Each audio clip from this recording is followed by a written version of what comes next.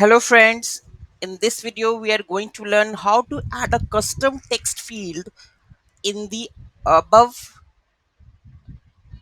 order notes. If I go to this product, so let's first of all go to the product section. So we have the product, let's view it.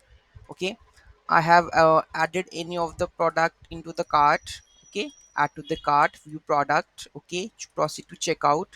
You can see that on the order notes I want below this I want to add a custom text. So how I'm going to add the custom text, let's take a look. Okay, so here I'm going to add a custom text, right? The delivery would be take place after 2 to 3 days or something like this. We are going to show the messages. Okay, so this is the hook after order notes, so I'm going to paste it over here. Okay, so I'm going to paste it over here.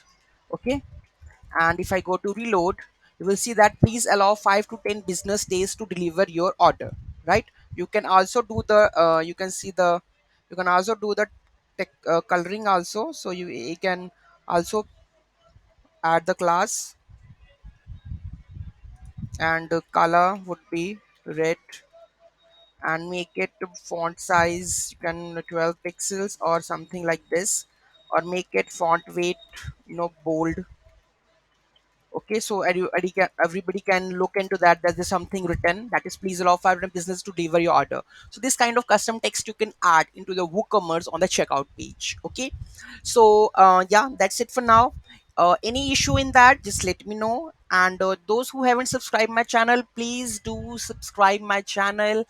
And if you seriously learning from my videos, just please do write in a comment box that my videos are like doing something. Okay, so thank you so much for watching this video. Have a great day. Please do like, share and comment.